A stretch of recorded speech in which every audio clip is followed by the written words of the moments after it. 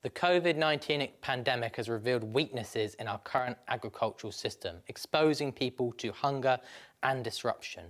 But it's also shown some of the incredible resilience that exists in certain communities, revealing how food truly is a unique commodity. Even as we tackle these short-term implications, a longer-term proposition emerges, a circular economy for food that offers greater resilience for society and the economy, including against health and climate risks. Today, I'm joined by Vigil Yu, the Communications Coordinator for China at the Ellen MacArthur Foundation, and Emma Chow, the lead of our food initiative. My name is Seb, I'll be your host, and this is the Explore the Circular Economy show.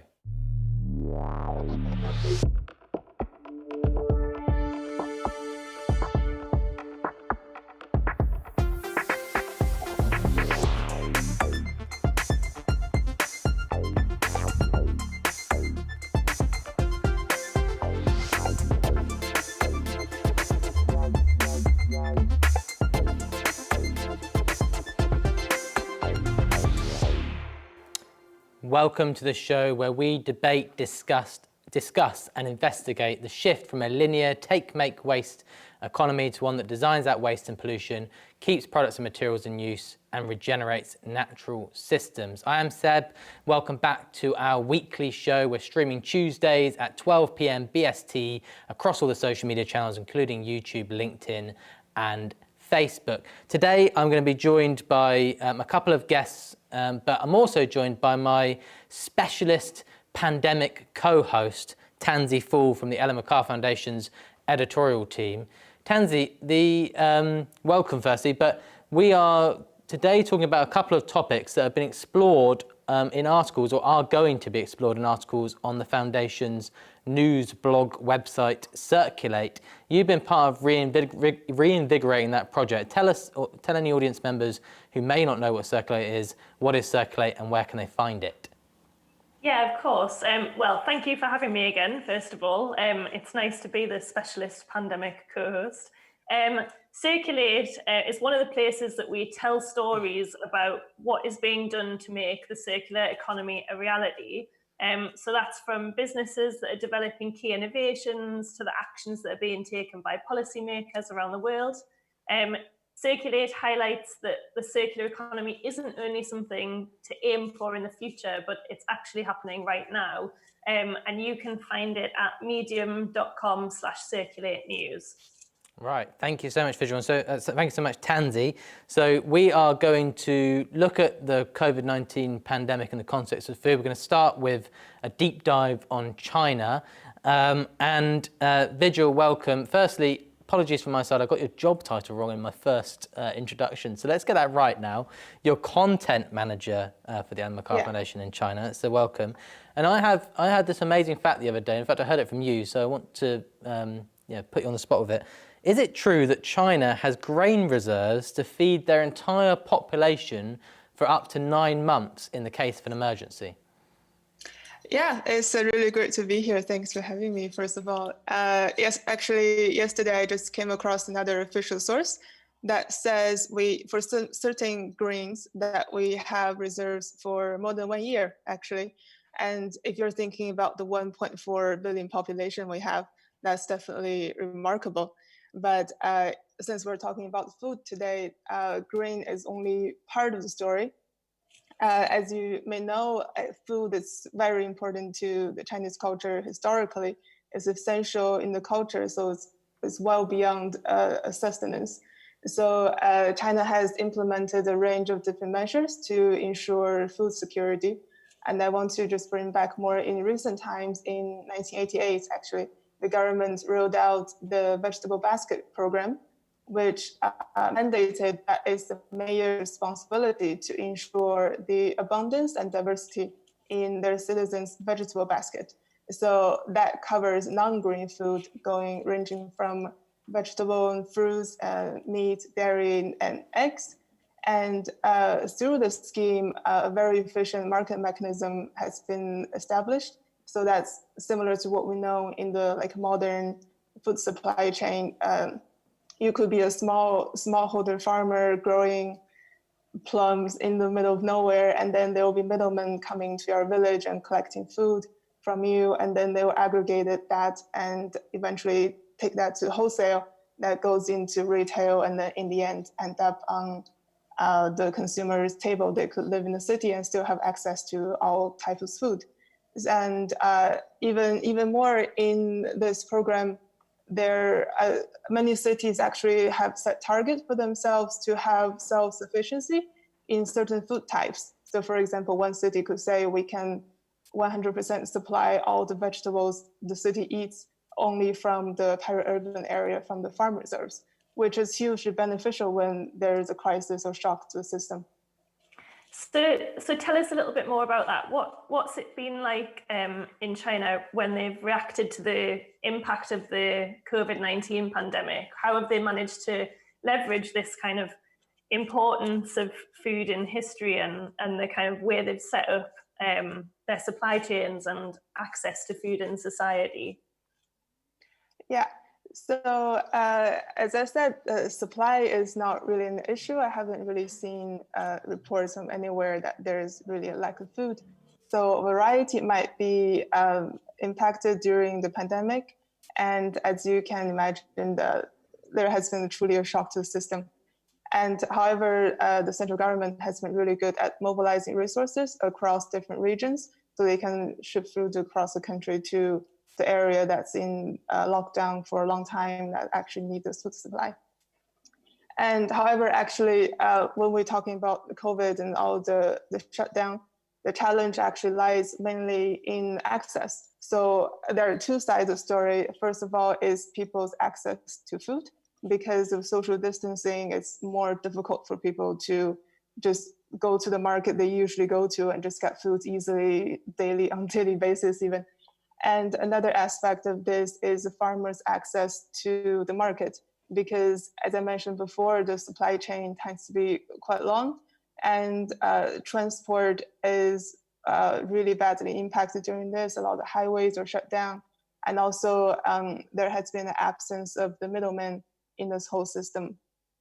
And sorry to interrupt, Vigil, when you say the supply chain is quite long, what's interesting about that, or what maybe just I wanted to call out, is that's within China, right? So it's not, sometimes we think about this kind of local food dynamic as being something that crosses regions or crosses countries. But I guess China is such an enormous country that the supply chains can be very long when food is just being transported one part of China to one of the cities, for example. China ranges through very different climate types, and you get fruit mainly from the south of China, and different regions have their own specialties. So if you are thinking about that distance, it's quite long already, just in terms of kilometers. And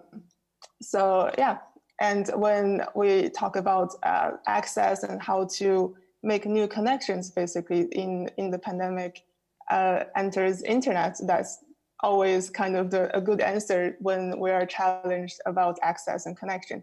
And China is no stranger to e-commerce. It has been booming in China for the past couple of years.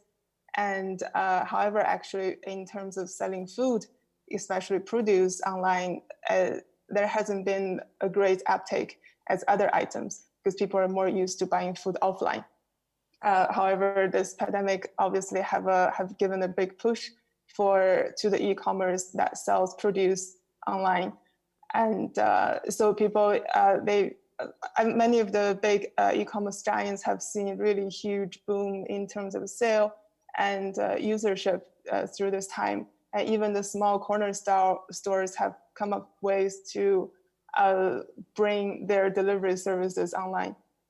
So that's obviously one side that helps consumers to get access to food. And then, as I mentioned before, there's also a big aspect in terms of farmers' access to the market. So many of the e-commerce platforms have set up special channels to design specifically to help these farmers to get connected to the market through the internet. So they have these charity channels where people can buy directly from special regions and special farmers whose perishables might be stalled in the land. And more interestingly, actually, I found this quite interesting. Many of the celebrities and political figures like mayors, they've started try out online live stream to help to help their local farmers to sell their produce. So it's been a really interesting process. When you say online live streams for selling food, what's that, like an auction, or what does that actually mean? No, it's actually, I think the phenomenon started last year in China when people are selling all sorts of things online, and you have these internet celebrities trying to sell mostly consumer goods, and then they have interaction with the viewers. They can ask questions and such. So really just getting closer to the consumers. And so it's interesting to see this platform being used in this way, and for charities, for help smallholder farmers who may not have this kind of access by themselves. So that is interesting. You've got this kind of context that may be unfamiliar to some of our viewers of a country that's very focused on how do we ensure that we're food secure. You've got this kind of digitization that's also kind of perhaps, from just interpreting a bit what you said, maybe visual, not trying to put words in your mouth, almost bringing people a bit closer to their food by virtue of even via digital means or these online marketplaces. So where does the circular economy come in, and what are the opportunities? Where's the momentum in China for this kind of circular economy for food vision right now? Yeah, so as we were discussing e-commerce, obviously it brings people more connected to their food producers in a way, but it has many drawbacks. So for example, the food mile is not really taken into account. There might be a lot of packaging associated with long-term transport, and people don't always know who exactly they're buying food from. So there is a traceability issue, and many of the smallholder farmers may not have direct access to this kind of platforms. So actually, among this, a very interesting, it actually has been an emerging trend in China, this movement about community-supported agriculture. So if the audience have tuned in for the Big Food Workshop 2 weeks ago, one of the speakers is from China, Dr. Shi. She is a leading figure in the CSA, community-supported agriculture. And through the pandemic, I've been reading her blogs, and she has had some reflections on how CSA has been really helpful in terms of building a more resilient food system. I should probably explain what is CSA, yes, if the viewers don't know. So community-supported agriculture, as you may be able to guess from the name, is people getting connected directly to their food producer, usually located in the peri-urban area of big cities. So they would, as a member for such a farm, you might have to pay a fee upfront. Therefore, you can share the financial risk that's normally bear by the farmers themselves. So in return of this fee, you get, who's growing your food. You are more connected to your food. The food mile is really small, and normally the transportation doesn't involve a lot of packaging. And you have the sense of security that your food is grown in a way that's good for health and good for the environment. And another very important aspect is it provides some leisure activities and education opportunities for people who live in the city. They can go out to the farm and to learn where their food comes from, and just to have a day in nature. Is there like a benefit to that approach as it relates to kind of the response to COVID-19 and the pandemic and security of the supply? Yeah, so during this time, we discussed this long supply chain have faced many different disruptions during this time.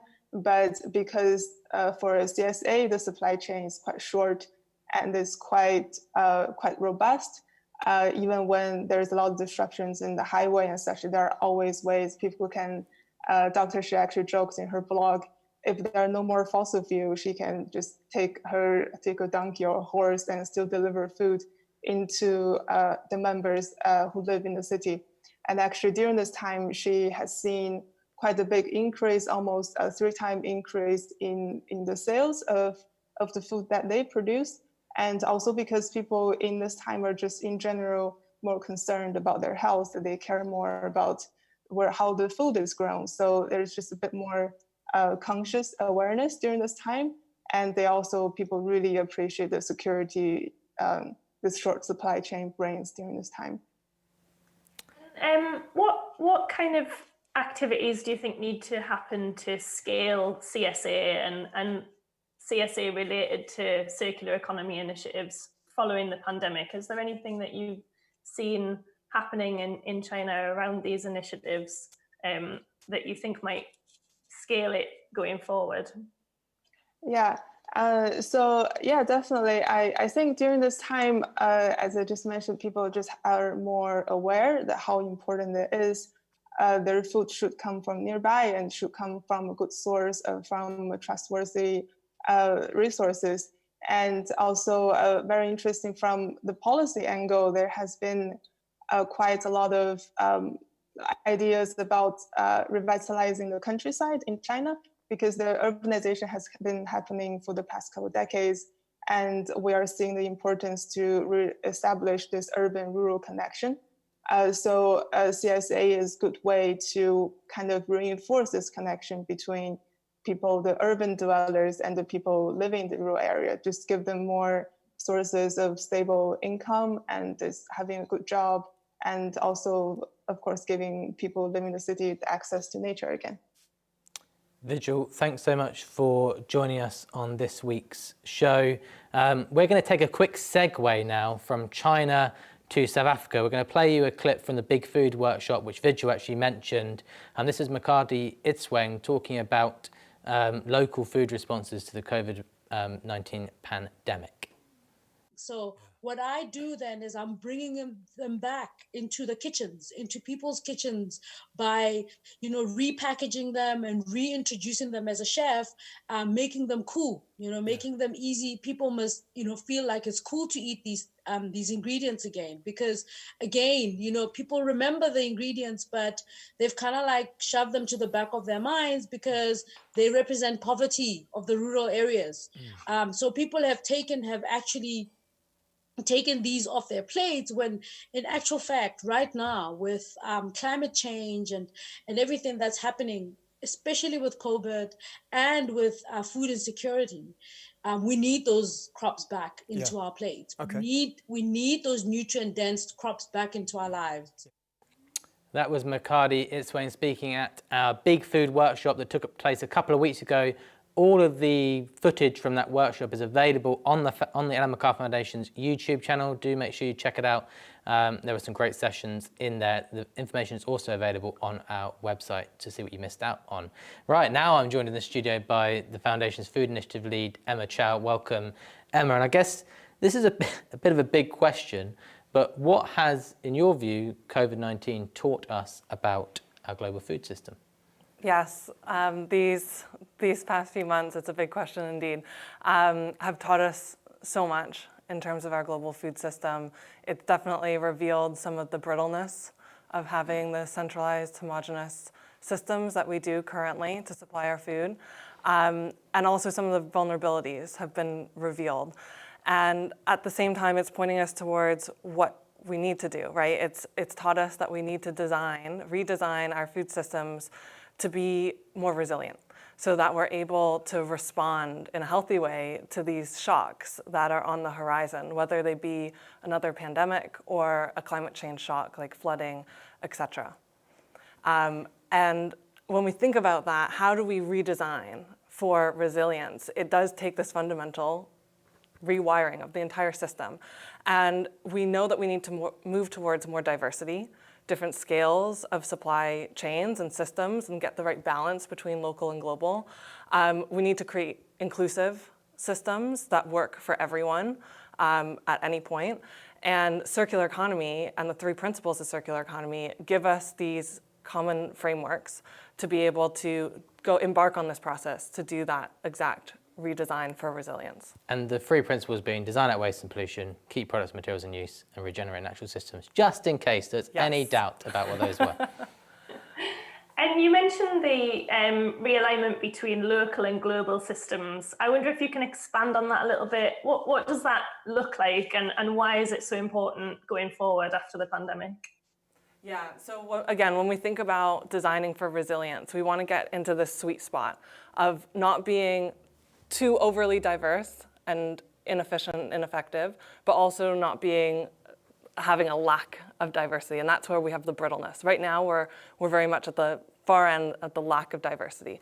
So we need to think about these different scales. Right now, our food, wherever we are in the world, our food's coming from all over, right? But what we need to understand is what is that sweet spot, that threshold, depending on your place, where you strike the balance between what's coming in from places far away versus nearby. And we actually have an abundance of food typically growing nearby. What we found in our work back in 2018 is that about 40% of the world's existing cropland is in the 20-kilometer radius, this donut area surrounding the cities of the world. So even that stat alone is often shocking to people, and we realize that there's so much growing nearby, but the logic of where that food is flowing isn't necessarily so logical today. And so that's when we talk about rewiring those flows, it's about saying, hey, if something's growing nearby, if we have apples nearby, why aren't we eating those rather than importing a whole bunch, and getting that resiliency. So when we have a shock come along, we already know what's existing nearby. We're able to maximize and optimize that sourcing, and we're creating these really resilient and thriving local economies as well that are deeply connected. And I think the crisis has triggered this growing awareness where we've actually been prompted to look nearby, to figure out who are the farmers, where do I get my food, and who are the people and places behind it, and how can I be connecting with them and their story and have a different value and even attitude towards food. We've seen a shift. Studies even in the UK are showing that there's a clear shift in people's values and attitudes towards food, which I hope continues to be positively reinforced as we come out of and recover from the crisis. Just to reiterate that stat, 40% of cropland, where crop like vegetables, whatever, are grown, is within 20 kilometres of our cities. Yeah. But obviously a far smaller percentage, a very small percentage of that actually goes just from that cropland into the city. Yeah. Which kind of brings up very, this very importance low. of cities in the food system that's maybe underappreciated in the way the current system is designed. Yeah, and I think that's where we're seeing a lot of the stress because of the impacts at the moment. It's often in urban centers because so much food is flowing into cities because most people live in cities, and we expect by 2050, 80% of the world's food will be eaten in cities. So what we're seeing is a lot of vulnerabilities. And so how can we actually create systems, food systems, where there's more of a reinforcing dynamic between countryside and cities, rather than cities being this draining point of resources, but actually through their very sourcing of food, through their management of organic byproducts from food, they're able to cultivate these symbiotic relationships. And that connects to Visual's story, which is even in a country that isn't that dependent on imports of food, the nature of the fact there's these huge cities that need food, and connecting that to rural suddenly challenged in this COVID-19 pandemic. Yeah. Actually, it's still huge amount of very long supply chains even within one country.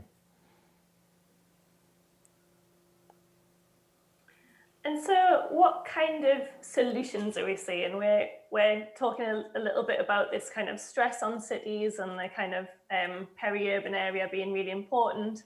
How is the food system responding to that? And especially coming out of the COVID pandemic, what kind of creative, innovative solutions are you seeing?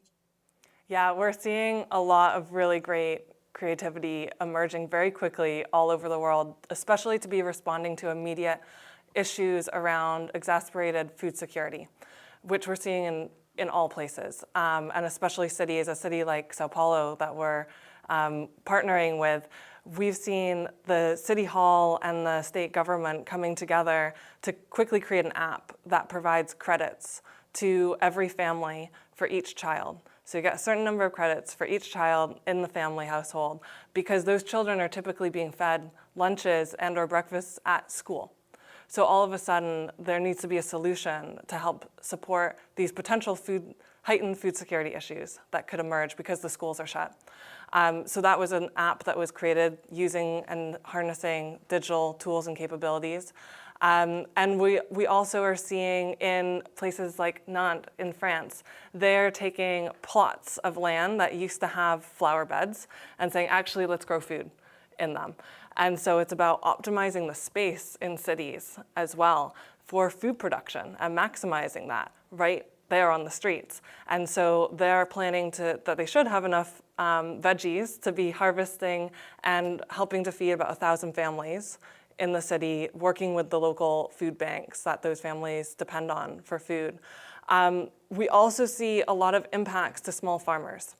Part of the negative aspects of having very specialized supply chains where you're separating the professional food industry, so the restaurants, the out-of-home food service, that supply from the rest, is that when the restaurants and out-of-home food service shuts down, those farmers don't have a destination for their produce. And so that's where we're seeing a lot of wastage happening.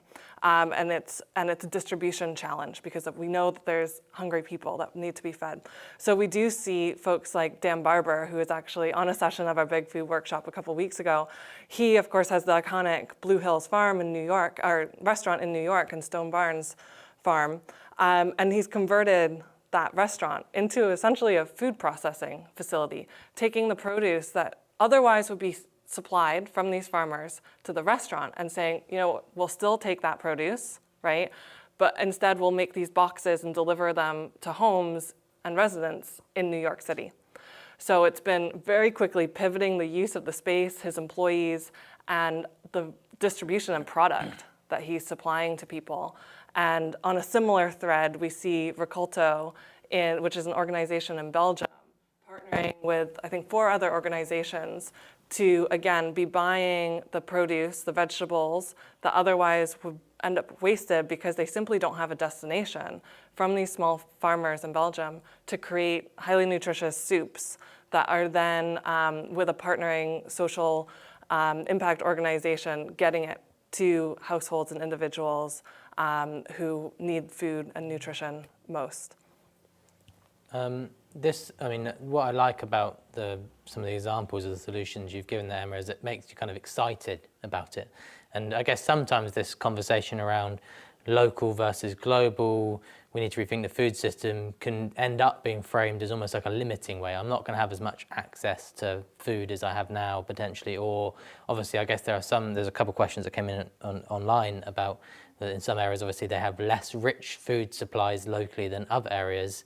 Are those challenges in this system? Is it easy to point to examples where there's a lot of prosperity and abundance, or does everywhere have its own unique set of propositions? Yeah, this is the challenge, but also the beauty of food is it's so place-based because food is coming from nature, right? And no ecosystem and landscape is the same. We can have some archetypes and similarities looking around the world, but at the end of the day, some places may not, because of their soil types, may not be suitable for actually growing a lot of food nearby. So that's why we don't have an X% of food universally should be sourced locally. And it really does depend, and we need to come together as cross-sector stakeholders to work through what is that sweet spot by place. And just to respond to the reaction that people often have around, well, isn't this going to be limiting? Well, actually, what we need to do is what Makati, if you watch that clip just before this, was mentioning is really biodiversity. So agrobiodiversity. Right now, we eat such a tiny sliver of literally hundreds of thousands of edible plant species out there.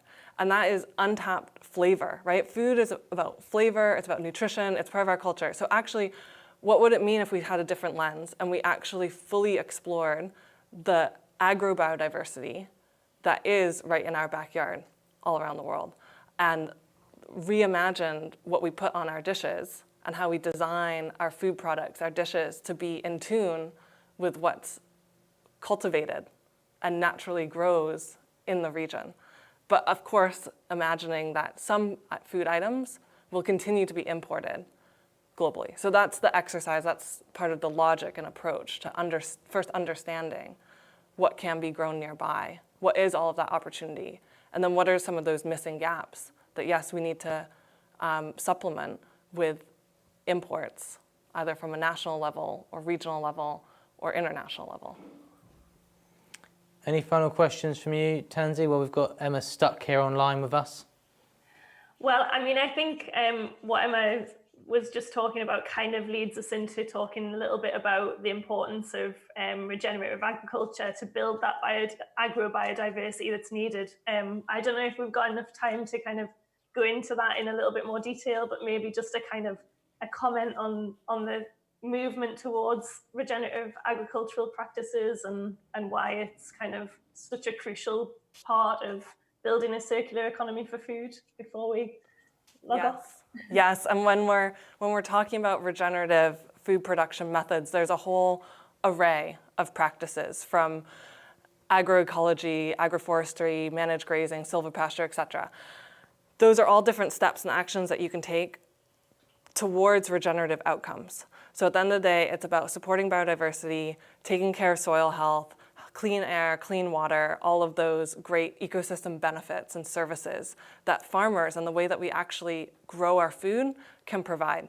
So we're seeing a lot of movement towards a regenerative food production system, and we need to further accelerate that, and enabling factors like policy and what we're seeing in the EU with the farm to fork mission is really important for enabling and accelerating all of that.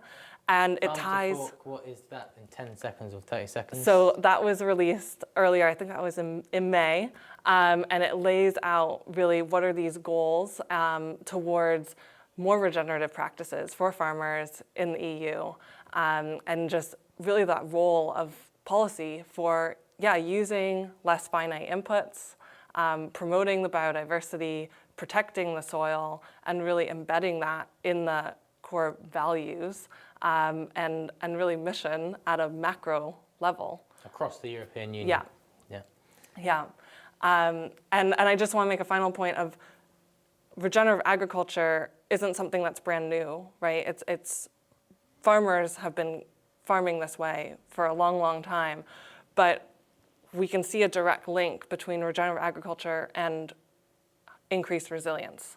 So right now, as we're thinking about how do we redesign for resilience, regenerative production practices need to be at the heart of it, because it means that a farmer is going to be better able to respond to flooding and droughts and shocks, have better protection of their income and farmer livelihoods, and there is an emerging evidence base connecting soil health with nutrition and flavor of food as well. Feels like the pandemic's almost put a magnifying glass on an issue that was already gaining momentum, I think, appreciation of the challenges of our food system, with the challenges of current agricultural methods, was already gaining momentum going into the pandemic, and then it's almost like it's just put a magnifying glass or shone a light even more firmer to bring more people into this conversation. Yeah, I think that's right. I think there's a lot of hope within food system actors, food system initiatives, because while we are seeing some of the most devastating impacts today and suffering, it is a trigger point to be getting everyone to really move a lot quicker than perhaps where we were 6 months, 12 months, years ago. Thank you so much for joining us, Emma. Thank you so much as well, Tansy. We'll give you a call next time we're talking about COVID-19. So we'll see you in an episode soon, I'm sure. Thank you everyone at home who tuned in and watched that, and for joining in the conversation and the various chat windows and comments boxes on all of our channels. We do love your input, and please do carry on with the conversation. What I'm taking away from this is a time to be excited. It's a time to be excited about the opportunities to do better, to grow things better, to grow things regeneratively, and to reconsider our food and import new flavors, going back to MacArthur and some of the things that Visual was saying as well. So lots of excitement, lots of energy, and that's going to continue next week on the Explore the Circular Economy show, episode 8 of this series, where we'll be doing a deep dive on the circular economy opportunity for China. I'm sure the topic of food will come up once again, but we'll also be looking broadly at what does a circular economy mean in a context like China, one of the largest economies in the world, and how is it different from some of the contexts that you and I are very familiar with in Europe, for example. Do make sure you subscribe to our channels, to our YouTube channel, to our Facebook channel, to our LinkedIn channel, wherever you watch this show. And also do look out for our podcasts. We're publishing these as weekly podcasts on whatever channel you listen to your podcast on, whether it's Apple, Google, Stitcher. So do subscribe to that channel. But that's all for this show, and we look forward to seeing you again next week.